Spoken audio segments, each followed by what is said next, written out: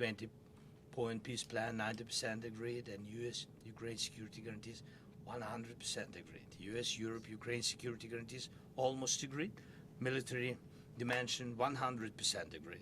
Prosperity plan being finalized, and we also discussed the sequencing of the following actions. And we agree that security guarantees is the key milestone in achieving lasting peace, and our teams will continue working on all aspects. We also had a joint productive call with European leaders, like President Trump said already, and a lot of leaders, including NATO and EU. And we agreed that our teams will meet in upcoming weeks to finalize all discussed matters. And we agreed with President Trump that he will host us, and maybe in Washington, European leaders and Ukrainian delegation, yes, in January. And Ukraine is ready for peace. And once again, would like to thank President Trump for a warm welcome and substantial discussion. Thank you, Mr. President. Thank you very much. Thank you so much, Mr. President. Any questions, please? We've heard some digits from President Zelensky, 90%, 100%. The U.S.-Ukraine security guarantees, what number are we at right now? Well, I think look, you can say 95%, but I don't like to say percentages. I just think we're doing very well. We could be very close. There are one or two very thorny issues, very tough issues, but I think we're doing very well. We made a lot of progress today, but really we've made it over the last month. This is not a one-day process deal. This is very complicated stuff, but I think when the president says 95, I think, could be close to 95%. Yeah, please, behind you. Mr. President, have you agreed on the so-called free trade zone on Donbass? How to separate the sites? How to make the separation line? Who will be responsible? The word agreed is too strong. I would say not agreed, but we're getting closer to an agreement on that, and that's a big issue. Certainly, that's one of the big issues, and I think we're closer than we were. Probably it's unresolved, but it's getting a lot closer. That's a very tough issue, but one that I think will get resolved. Yeah, please. Mr. President, we are receiving some mixed signals coming from Moscow, even after you spoke with President Putin. Can you assure us that you have received written or any formal response from them? Well, what was the issue? You have to tell me. What did they say? So they are telling that Ukraine has to give up Donbass. Just very recent statement coming out. Well, that's what they've been asking for, and there's a dispute about that, so they're going to have to iron that out. That's an issue they have to iron out. But I think it's moving in the right direction. If they reject or delay the solution or peace agreement that you try to achieve, if something doesn't happen, you mean if something doesn't happen? Yeah, go ahead. May I ask? No, go ahead. You were going to finish your question. Will there be any step that the United States be prepared? Well, we'll see. Look, we'll see. But I don't want to talk about that because I think we're getting pretty close. Yes, please. May I ask the President of Ukraine please. about territorial question? Mr. President, what is your take on Donbass status? Are you prepared to see it as a free economic or demilitarized zone? No, we spoke about 20 points plan, and I'm happy that really our teams very close to results, and I agree with President Trump that our teams worked not one day, not one week, more than 1 month, beginning from Geneva, then 2 meetings in Miami, then we had Berlin, and now we have Mar-a-Lago. So this is a very difficult question.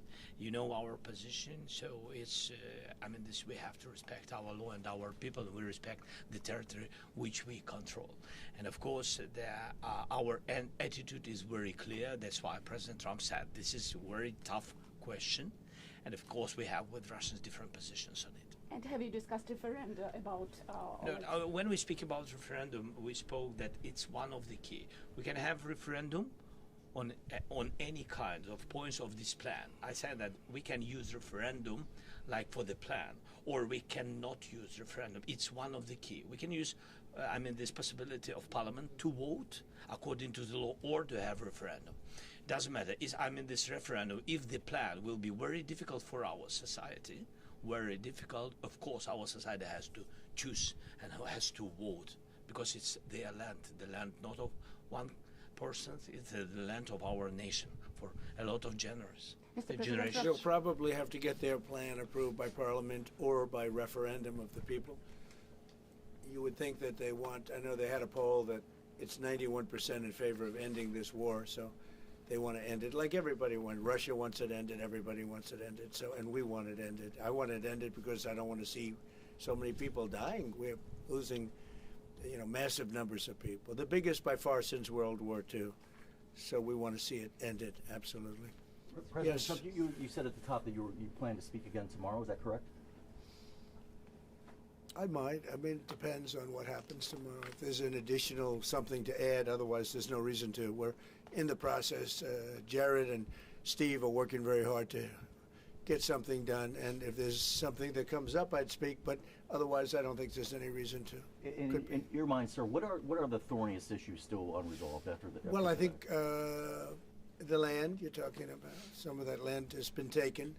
Some of that land is maybe up for grabs, but it may be taken over the next period of a number of months, and you're better off making a deal now. Look, let me tell you, they have been very brave. They fought very hard and continue to fight very hard and do tremendous damage.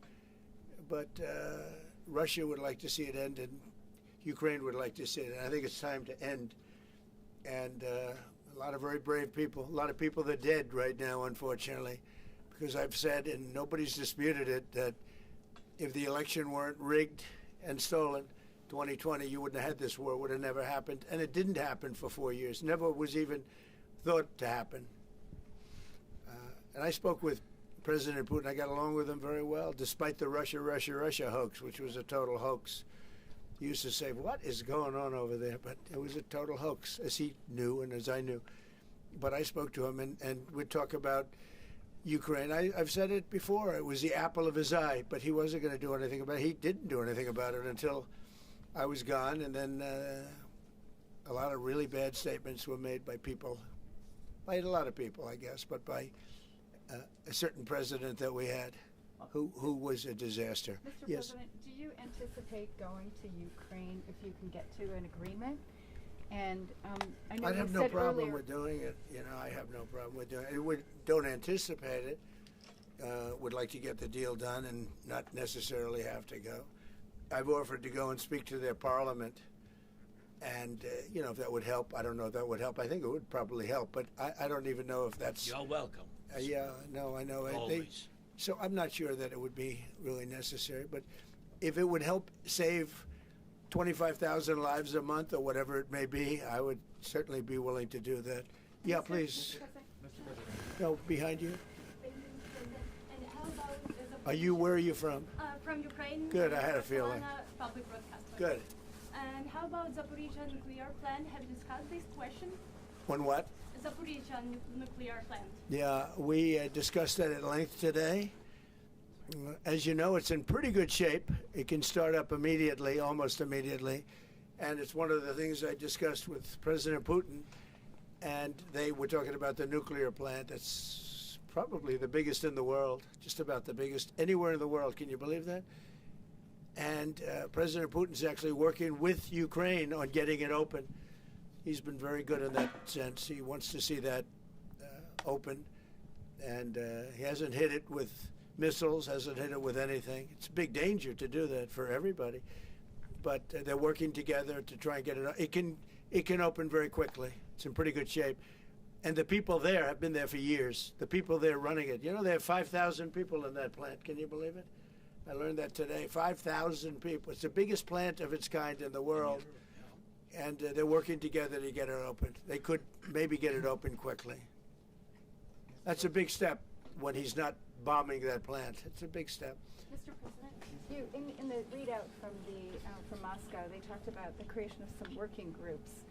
That Yes. would be set. Can you tell us about what those working groups Sure. would entail? And also, if you wouldn't mind, what is the message that you will give to Putin when you speak to him after your meeting? So here? the working group is going to be composed of Steve Witkoff, Jared Kushner, General Raisin Kane, Marco Rubio, and a few other people that we're going to be putting onto it. I think Pete Hegseth should be in that working group. He knows the territory very well. He's been fantastic at what he's doing. And they may add one or two people. And likewise, Ukraine's going to have some very good people that were at lunch today that enjoyed the lunch today a lot, more than they thought, right? But do you want to say who may be on your working group? Yeah, we now, as I said, that we work with Steven Jarrett. We worked our Rustem Umerov and also Deputy Minister Kislitsa and also General Ignatov, and they will continue work in this group. And of course, if we will go further, and I hope that really we will have decisions in January, as I said, about all these documents, 6 documents, and of course, we will continue work on this, so they know what to do. Yes. And that working group, by the way, importantly, will also then be working with Russia, okay? Because to work with ourselves doesn't really solve much of a problem. So they'll be working with Russia. Yeah, please. President, you said this morning you weren't a deadline guy. How long do you think it'll take to get this last little bit, as you say, finished? What are we talking about? So if it went really well, you know, maybe a few weeks. And if it went poorly, longer. And if it went really poorly, it's not going to happen. That would be a shame. There's that chance also. You know, it's possible it doesn't happen. But, you know, in a few weeks we will know one way or the other, I think. But if it went really well, but it could also go poorly. I mean, you know, we could have something where one item that you're not thinking about is a big item breaks it up. Look, it's been a very difficult negotiation, very detailed. It's funny, I settled 8 wars. Some were going on for 35 years. And we got them settled in a couple of days. Some of them, one was going on for 37 years. I settled it in 1 day. But this is a very complex one. Do you want to put odds on it? What the No, I think we'll get it done. I don't want to say when, but I think we're going to get it done. Yes, ma'am. Mr. President, you in the past have suggested a trilateral meeting between both Presidents Putin and Zelensky. Is Right. that something that is also on the docket? I see that happening, sure, at the right time. I saw a very interesting President Putin today. I mean, he wants to see it happen. He wants to see it. He told me very strongly. I believe him. Don't forget, we went through the Russia hoax together. And he'd call me, I'd call him, I'd say, can you believe the stuff that they're making up? And it turned out we were right. They made it all up. And despite that, we didn't get into wars or we didn't get into problems, but we weren't able to trade very much or any of that, which was a shame because, you know, a lot of success could have been had by trading with Russia. They have great land, great minerals and other things, and we have things that they want very badly. But the Russia hoax, which was a terrible made-up fictional thing by Crooked Hillary and by Adam Shifty Schiff and bad people, sick people, they made it up. It was all a made-up hoax, but it kept us really from dealing with Russia, kept Russia dealing, you know, from dealing with us. So, but despite that, we got along, and I don't know. I think we're going to get there. I know him very well. I think we're going to get there. Did you discuss any time, location, meeting place? Yeah, we're discussing a lot of things. No, look, I was on the phone with him for almost, I guess, 2.5 hours. They're just telling me now. That's a long time. We discussed a lot of things. We didn't talk about the weather. We weren't talking about what a beautiful day it is in Palm Beach, Florida. Yes. Trump, President Zelensky mentioned maybe a meeting with European leaders back in Washington. Would that be in the next few weeks? Well, in Washington or someplace, yeah. These leaders that I just read, these are great people. You know, they've spent a lot of money on helping Ukraine. And look, they're doing it for themselves also, meaning their country, because Ukraine's a very important country for them in particular. For us, it's very important. To me, it's the lives. You know, we're thousands and thousands of miles. We're protected by a thing called the Atlantic Ocean and lots of other places, to be honest. And they're not, you know, they're right there. But we're working together with them as we should be. But I'm doing it to save lives. You know, we're not spending any money. Biden gave $350 billion away. And the president was nice enough to give us a contract to take out rare earth and things. So we'll see how that all works out. We have a contract, but we appreciated that. He was very good. But we'll see how that works out. But if you think about it, we're going to have. I really believe we're probably, Mr. President, by far closer than ever before with both parties. We had some times when he was close and President Putin wasn't. Then when President Putin was close and he wasn't. You saw that in the White House. But I think they both want to see it happen. Mr. President, President, in your conversation with You're saying that you've said multiple times that you want to stop the killing, and nearly 100 American citizens died in Ukraine on the battlefield. What's your message to their families whose loved ones died fighting for Ukraine? Well, look, I mean, the message is so obvious. It's what a shame. They died in a foreign country, and some are celebrated people. They're very celebrated, but so sad that a thing like that would happen. Yes, ma'am. President Trump, obviously security is a major issue for the Ukrainians. Right. Did you offer any promises, any assurances today? Well, I did. We want to work with Europe, and Europe is going to take over a big part of it, as you can imagine. You know, they're right there, but we're going to help Europe 100%, like they'd help us. Yes, ma'am. You were going to say something? Yeah, I was just going to ask, when your conversation... Who are you with? Andrea Shalal with Reuters. That's what I thought. Yeah. So in your conversation with President Putin, did you discuss what responsibility Russia will have for any kind of reconstruction of Ukraine post an agreement? I did. And They're going to be helping. Russia's going to be helping. Russia wants to see Ukraine succeed. Once, it sounds a little strange, but I was explaining to the president, President Putin was very generous in his feeling toward Ukraine succeeding, including supplying energy, electricity, and other things at very low prices. So a lot of good things came out of that call today. But they were in the works for 2 weeks with Steve and with Jared and Marco and everybody. did Russia agree, or did Putin agree to a ceasefire to allow a referendum to take Not a place? ceasefire, and that's one of the points that we're working on right now. No, not a ceasefire. He feels that, look, you know, they're fighting and to stop, and then if they have to start again, which is a possibility, he doesn't want to be in that position. I understand that position.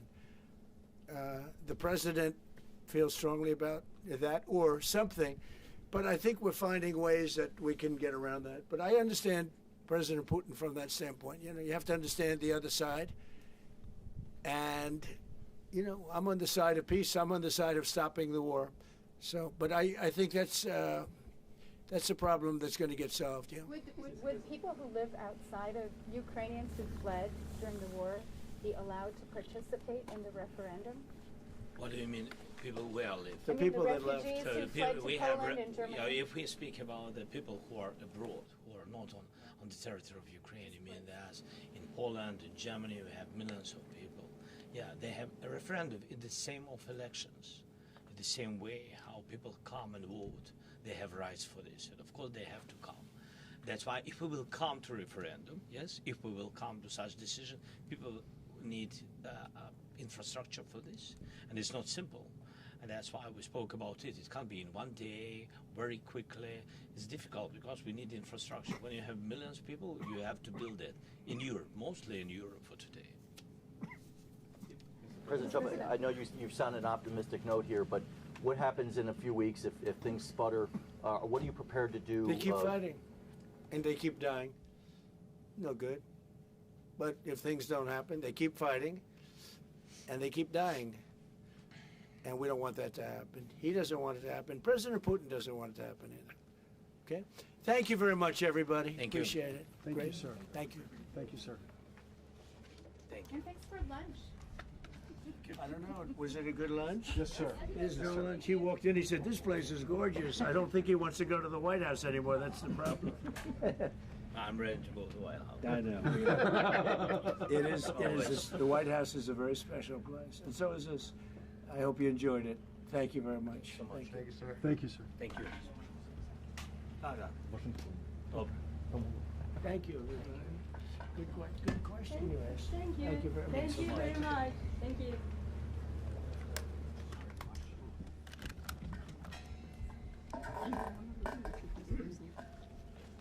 Hey, great job. Thank you.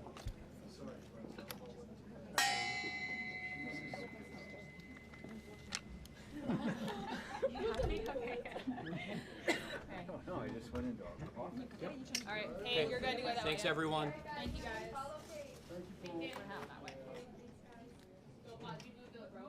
Yep. All right, thank you, press. Time to go. Thank you, press. Go, time to go. Got it.